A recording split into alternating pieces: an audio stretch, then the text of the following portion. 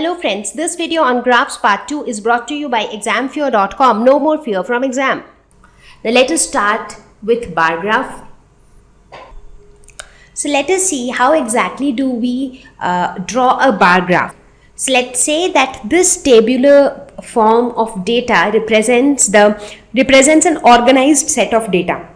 So here you see that you have just not given a set of unorganized data, like writing the favorite fruit of each student, giving commas. So you have not given an unorganized data. Instead, this is a well organized data in the table form, where you have mentioned that okay, the fruit apple is liked by 50 people, banana is liked by 20, grapes is liked by 30, and mango is liked by 40 of them.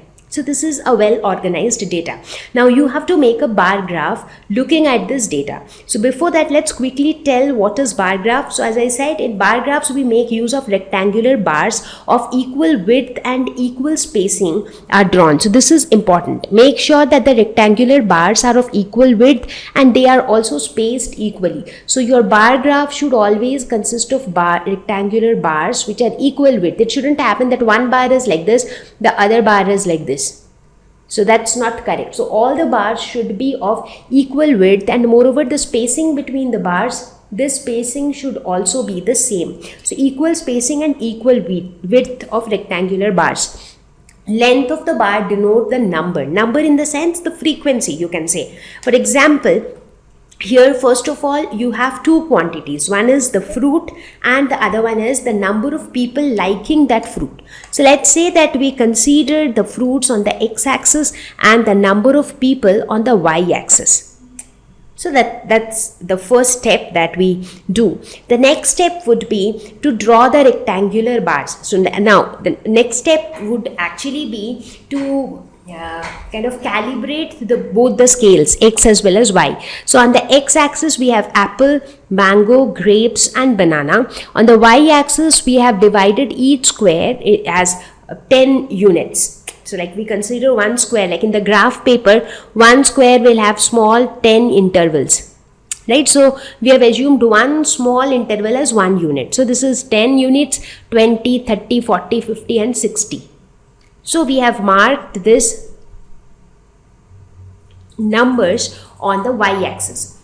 Now number of people liking apple is 50. So this 50, which is the frequency of apple, basically that is total number of people who like apple.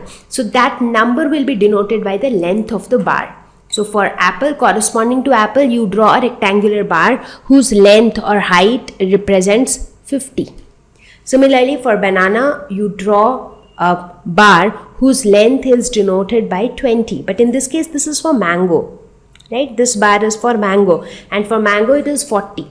So you see it represents 40. For grapes it is 30, and this is for grapes, and for grapes its height should be at 30, and finally for banana its height should be at 20. So this is the bar graph for this corresponding set of data.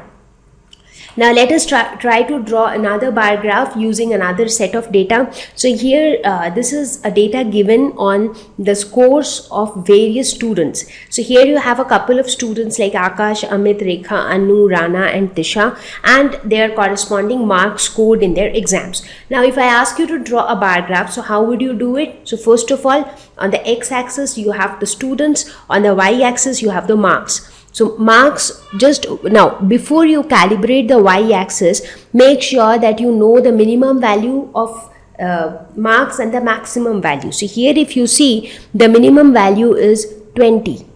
And how much is the maximum value? It is 52. So that means all the values on the y-axis will lie between 20 and 52. So if we consider one small square as 1 unit, so that is 10, 20, 30, 40, 50 and 60. So within 60 we will be able to cover all of these values, because the maximum value involved here is 52. And then you start drawing rectangular bars, and their height will represent the exact marks scored by each of them.